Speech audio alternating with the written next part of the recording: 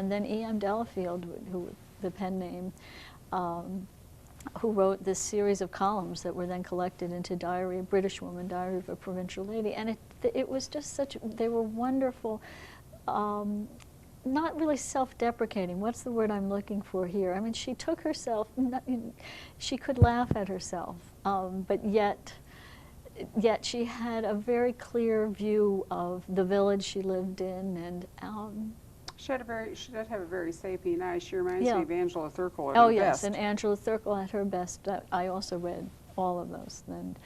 She got waspish after the war. She was, I think, at her best between the wars, and then when life in Britain got so hard. It did. And that whole way of life that she was used to, the country lady, really World War II more or less put pay to it. It did. And I thought there's a lot of sour notes in the later, but the early ones are just wonderful. Absolutely, the Brandons and these wonderful characters. Pomfret Towers. Pomfret Towers. It is the most glorious description of what it would be like, and well, I say glorious. It's a painful and yet very humorous description of what it would be like to be paralyzingly shy. Yes. And young. with the Earl. Oh yeah.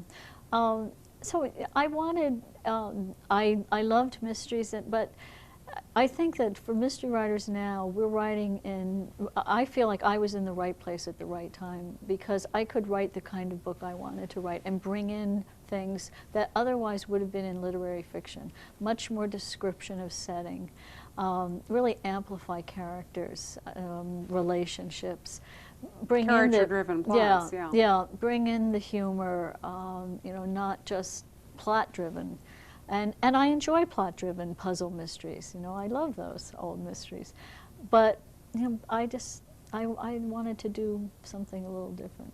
It'll be interesting. I noticed that this Sunday there's going to be yet another film version of Murder on the Orient Express. Oh, really? I didn't catch that. Yes, Alfred Molina, who was so wonderful in Chocolat. Oh, yeah. As the so Count. Gorgeous. He looked marvelous. He looked a little bit like Alfred Finney with the spats and all when he did that. Wasn't he the Murder in the Orient Express? Murder in the Orient Express. Before we got to David Suchet. But what I find interesting... No, I think it was Peter Ustinov. He also did some, but I think that the Orient Express one really was Finney. Ustinov was in Death on the Nile. He was Death on the Nile. Okay, but I know he was one of the Poirots. Okay. Well, I know that Finney did it at least one, Yeah. and I particularly, for some reason, remember the spats. Okay, which well, the spats were identifying. Yes, and the mustache. The thing was that he was too big to be, I thought, a really convincing Poirot. David Suchet is rather diminutive, and so kind of fits that. But anyway, my point is that is.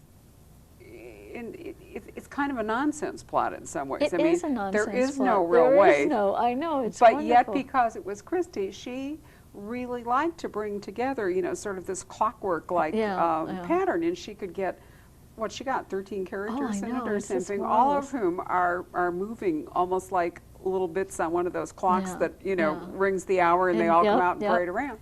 And you couldn't really do that convincingly today, and yet I find it intriguing that we keep going back to that book. We keep going back to that. We go back to that book, and in fact, a lot of Christie, in some ways, that doesn't work if you think about it too hard, and you don't need to look behind the curtain. You just can look, but it's.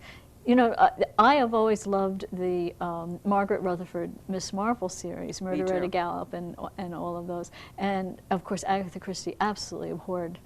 This was not her view of Miss Marple. This was not the person that it wasn't. It was It was Margaret Rutherford, and she no more looked. It didn't look like Miss Marple at all in the descriptions. But I loved those movies and. And those are ones that we seem to feel the need, fortunately. My husband and my son share my taste, and we watch those regularly. Even the bad one, Murder at Sea or Murder Ahoy or whatever, is great, where she's dressed as an admiral. And well, they were her own interpretation, but my own view is that the Christie is timeless because it is plot-driven. It is, and it doesn't really matter that the characters are, that you're in a different time frame or that the characters. But she did have. I definitely was influenced by the reading of Agatha Christie, because I think some of the way that she created suspense. we've been talking about the books and the humor and the food, but basically, you know, I write a murder mystery. People get killed. And they are suspenseful. And they are puzzle mysteries. And I think, you know, there are certain scenes that, you know, always come back to you when you think about those Christie books, where there is either this enormous shock, or this mounting sense of terror and or suspense. The unmasking. And the unmasking is brilliant. She was just brilliant at that. So mystery writing is very different from writing other kinds of fiction. Although, I think if writing other kinds of fiction, you write on many different levels. But in mystery writing, you're always writing on the two levels of the what is. There's a crime that's actually occurred. You know, in my case, a murder has occurred, and so you have to detail that crime and describe it completely accurately. But at the same time, you know, in either parallel or underneath, however you want to think about it, I'm doing everything I can to keep the reader from guessing, you know, who done it, and putting the proverbial red herrings or roadblocks in the way so that people don't know at the end of chapter 1, oh, okay, you know, that was so and so, and keep people guessing to the end. So for a writer, that's a wonderful challenge, to constantly be going back and forth from the what happened, you know, to the, okay, what if? Well, really, it's misdirection. It's total misdirection. But again, you can't introduce, I always call it, you know, the evil twin from Australia in the last chapter, and it has to be somebody I recently did read a mystery where it was someone who had really been such a minor character in it that almost had not appeared in the book. And I thought, you know, the editor really needed to tell, because it was a good book, tell this writer, you need to put in a few more, you need to get a few more appearances in there to make it plausible. Well, that's absolutely true. There's that whole canon followed by the Detective Club, or Father Knox's rules for writing the classical mystery, which you're not supposed to have any Chinamen or any evil twins. It's fun to read it. It's and, fun, you know, altogether true. And, you know, there was another interesting point I was thinking, too. The servants in most classic Golden Age mysteries, where people still had them, were always there to sort of take care of everybody, but they were never viable suspects, and they were never, you know, didn't take lead. Their roles were always facilitating. They were not sleuthing, but you might learn something from the maid, or they were sometimes disposable in the sense that, you know, you could kill one off rather than have them convey information. But you've made a point, which Diane Davidson made not long ago on this show when I talked to her, about a caterer being a kind of cloaked in invisibility in the same way that maybe the butler and the staff was. Yeah, even though, you know, we say the butler did it, that actually is not true. The butler never did it. Only once. Yeah, well, yeah, okay. But I first thought about this whole notion when Barbara Neely's series started, Blanche on the Lamb. And her main character is an African-American woman, a domestic.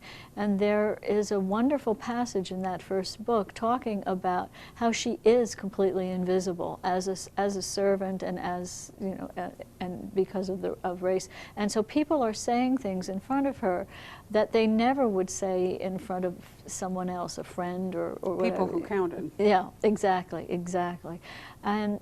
And it occurred to me as I, you know, was writing this series with Faith, that this is also true for, I mean, you know, the caterer is going in and out and so forth, and there is that cloak of the Harry Potter cloak of invisibility, you know, around her, that works to her advantage. So she hears things and observes things that people certainly would be shocked to realize she was observing. Well, and she gets to see behind the mask. And she gets to see behind the mask. Before people have their company face on. Or she's working with people who do have real servant roles in the household, if it's somebody wealthy. You know, I mean, people who are having things catered usually have money. Yes, they certainly Or it's an institution or something. and there are going to be people thus working behind the scenes. And so you kind of get, with Faith, as the minister's wife, then she has a very different role. Yes. Now she's up, yeah, she's too more high profile than she wants to be. Well, she's up with the gentry. So, yes, you know, yeah, you've got yeah. her on both sides in Yes. that classic phrase of the base door, yeah, you know. it's true, that's true. I never had thought about that before. That's a wonderful point. Yeah, she goes back and forth Yeah. in the way that in a country Yeah. house, a classic country house murder, she really wouldn't be able to do. No, she wouldn't, that's true.